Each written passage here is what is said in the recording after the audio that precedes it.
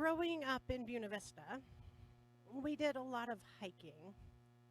And I remember one of the most common phrases I heard was look up, look around you.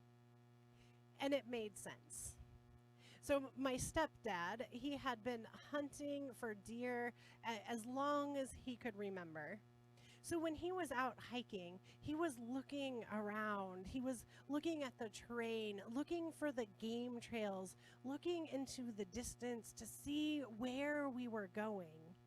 Always looking up, always looking out. And in fact, I remember this one moment when we're standing and he points to a ridge, like 2 ridges away, and says, "Do you see that little thing right there? It's man made. I know it's man made." Now, I have to say, I have no idea, none, if he was right or not, because all I saw was a blurry side of a hill, kind of a blurry green. I didn't see anything up there to indicate it was different at all. The rest of us, we would look down right in front of our feet all day long. Now, we might look to the side a little bit or to that side a little bit, sort of look where we were going, but we weren't looking for deer or for game. We were looking for arrowheads. So it made sense that we were spending the day looking down at those well-worn paths where many people had been before us. And I wonder, in today's scripture, if Jesus was looking out far beyond where he was as he had conversations with a couple of disciples, or I wonder if they were looking right in front of them at the well-worn paths of the people that had gone before.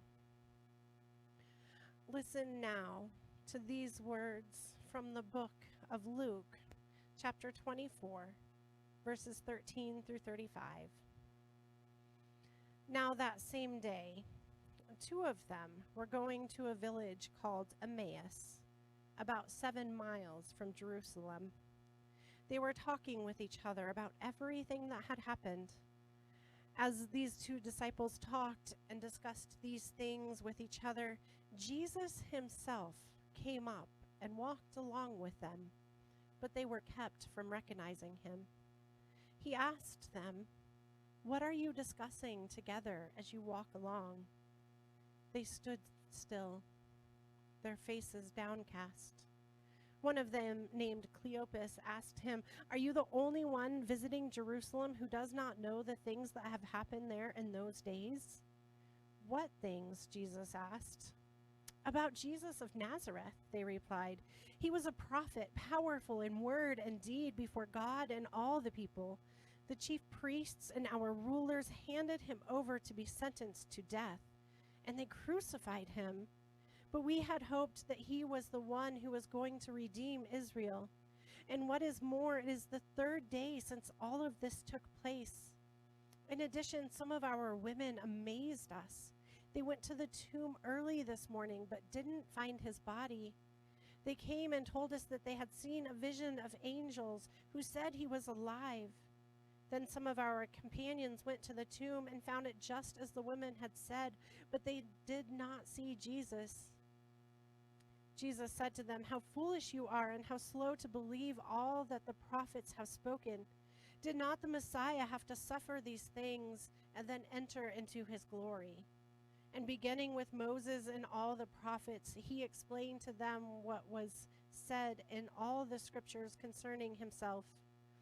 As they approached the village to which they were going, Jesus continued on as if he were going farther. But they urged him strongly, "Stay with us, for it is nearly evening, the day is almost over." So he went in to stay with them. When he was at the table with them, he took bread. He gave thanks. He broke it and began to give it to them. Then their eyes were opened, and they recognized him. And he disappeared from their sight. They asked each other, were not our hearts burning within us while he talked with us on the road and opened the scriptures to us? They got up and returned at once to Jerusalem. There they found the 11 and those with them assembled together, and saying, "It is true, the Lord has risen and has appeared to Simon." Then the two told them what had happened on the way and how Jesus was recognized by them when he broke the bread. May God bless the reading, the hearing, and the doing of this word. I wonder what they talked about as they walked. I wonder what Jesus would have to say.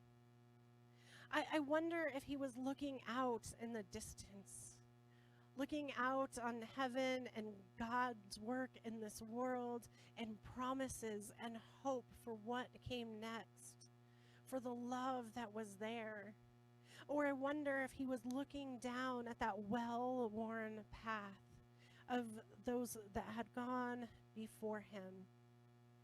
I wonder what Jesus talked about that day. What do you think he said? You know, as I listened to sermons this week, one thing that kind of was a common theme through a lot of them is that Jesus obviously went back to the Old Testament text, kind of proof text what he wanted, and made it like, here's proof that I am the Messiah. And one of them coming out of Peter Stoner's research. So Peter is professor emeritus of science, and he gathered some students, and together they went and looked at the 350 prophecies, the messianic prophecies in the Old Testament, and they did some statistical probability research on them. You know, what's the likelihood that somebody was born in Bethlehem? What's the likelihood of that person is born in Bethlehem and connected to Nazareth? What's the likelihood of somebody born in Bethlehem connected to Nazareth and goes and gets a donkey some point in their life to ride into Jerusalem? And they based all of these statistics on numbers as conservative as they could possibly get. And they came up with a number on just 8 prophecies, just 8 of them.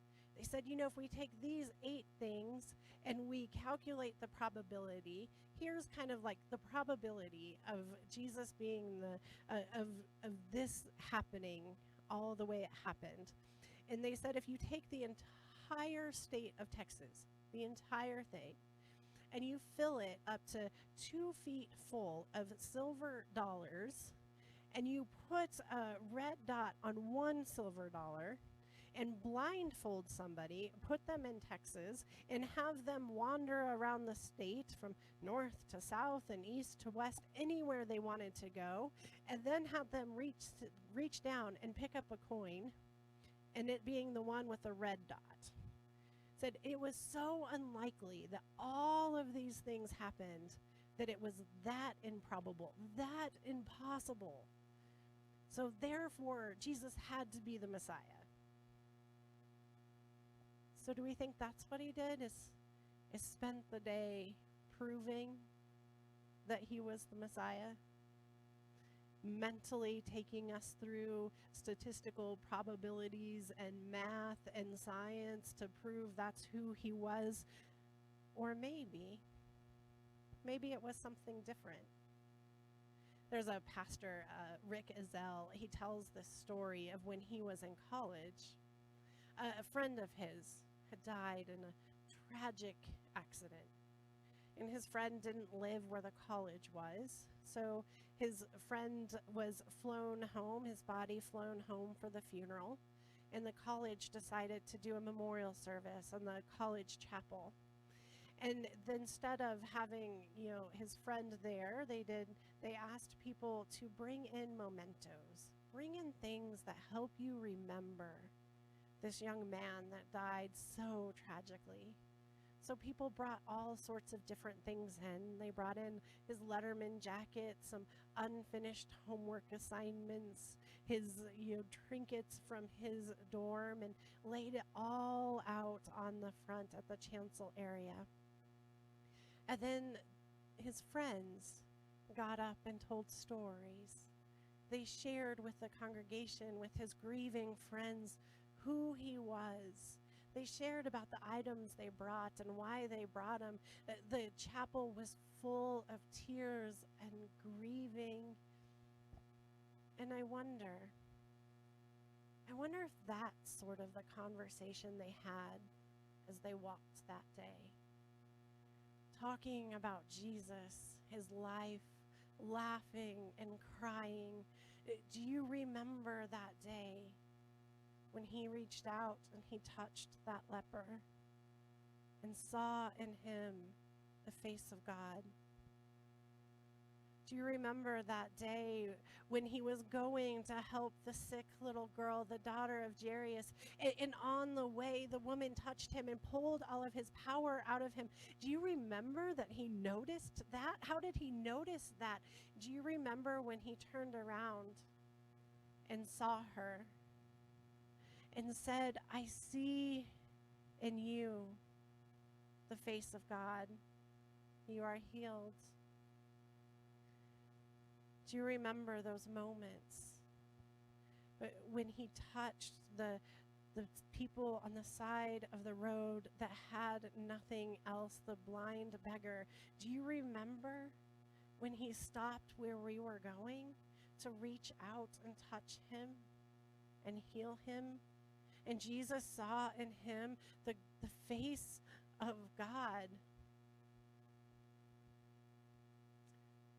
What do you think they talked about as they walked along that day? What do you think Jesus would have to say in that moment on the way to Emmaus? You know, as I kind of thought through it, and I thought about this image of the funeral and what would I bring? And you know, I wouldn't bring the statistical probability that Jesus was the Messiah from the Old Testament. What I might bring instead as a symbol of the mystery of our faith, I might bring instead the bread and the juice, this mystery that we lean into week after week. Our senior pastor, Kent Ingram, he tells us he often through his service through his ministry has had parents come up to him and say, you know, I don't want my kids taking communion until they can understand it. And Kent's canned response every single time is, cool, explain it to me. Because there's a mystery there.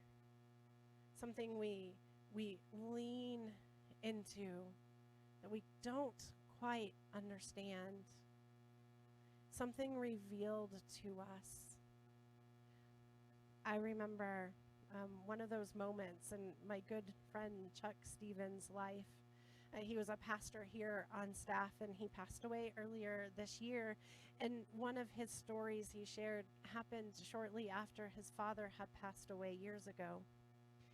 And he didn't, for whatever reason, have an opportunity to grieve. He just hadn't cried those tears yet. And then one Sunday morning, at worship, he came up and he received a little piece of bread, a little piece of juice, and he went and kneeled down at the altar rail. And for some reason, in that moment, leaning into the mystery of his faith, leaning in to the promise of love and hope in that bread and that juice, leaning into his faith. In that moment, Jesus revealed himself and showed up with almost a hug, and Chuck just says his tears flowed in that moment. His grief came pouring out of him. Not because he could statistically prove that Jesus was the Messiah, not because he absolutely understood what the bread and the juice meant, but because the invitation is to lean into the mystery. And somehow in that, Jesus reveals himself and his love. Thanks be to God. Amen.